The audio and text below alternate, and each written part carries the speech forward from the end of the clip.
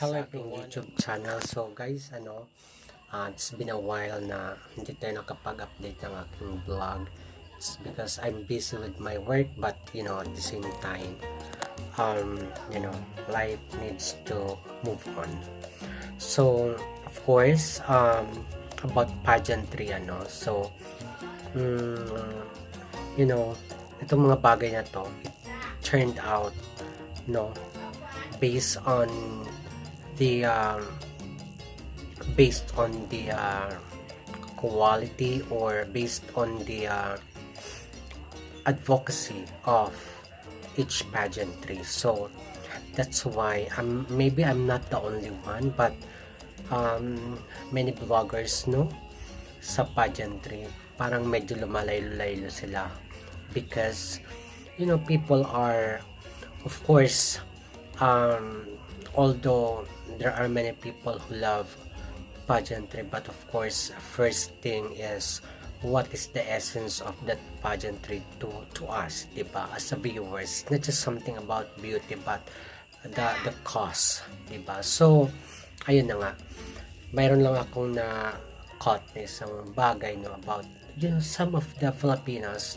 They're actually criticizing so much about the Miss Earth organization. Say for example, kasi ang Miss Earth, like may mga sponsor na sabi daw, may mga kachipan, like ng I just want to mention although nakita ko rin sa kanilang page, Senior Pedro, but parang dina-downgrade nila, parang alam mo yun, binabash kasi ang Miss Earth daw ay tumatanggap na lang ng mga putsi-putsing sponsor at maliliit na sponsor. Well, think about it, Senior Pedro is, sa akin lang pag nag-establish ka ng business, diba, ng ganyang klaseng business, at ang dami nilang branches, diba, so di naman siguro piso lang ang puhunan mo. Of course, I'm sure million na rin ang pinuhunan dyan ng Senior Pedro, diba?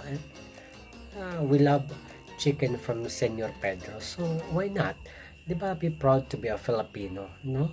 Mahirap lang kasi kapwa Pilipino ang nagda-downgrade. So but ano pa ang pinaka bottom line dito?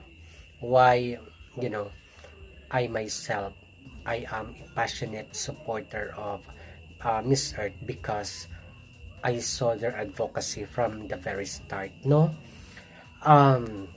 Hindi lang kasi na-appreciate ng karamihan ang Miss Earth, it's because of the presentation and so on and so forth. Well, you have to understand, Miss Earth talks about the environment. So what do you expect, no?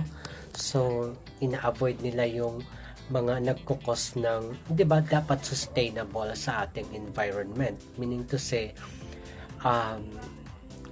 from the materials and so on and so forth, dapat sustainable yan, no, less harm sa ating Mother Earth. So hindi lang kasi maunawaan ng mga Pilipino, so kawawa, no? Hanggang kailan pa tayo magiging saradong ang mga utak natin?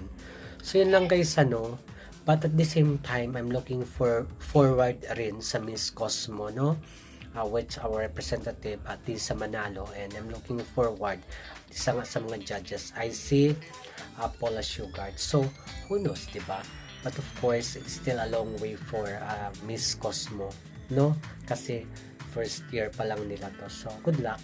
So ganun lang guys yung gusto kong iparating sa ating mga, lalo na with same Filipinos, no? Parang hindi nyo na-appreciate yung kapwa nyo. Napaka-hypocrite ng ating mga kababayan. That's why it's hard for us to improve our lives because of such mentality. So let's change our perspective para naman masenso yung mga buhay-buhay natin. So yun lang guys, maraming salamat. Thank you for continued support of my YouTube channel, and don't forget to hit like and subscribe if you like this video. Bye guys, and thank you so much. Oh my.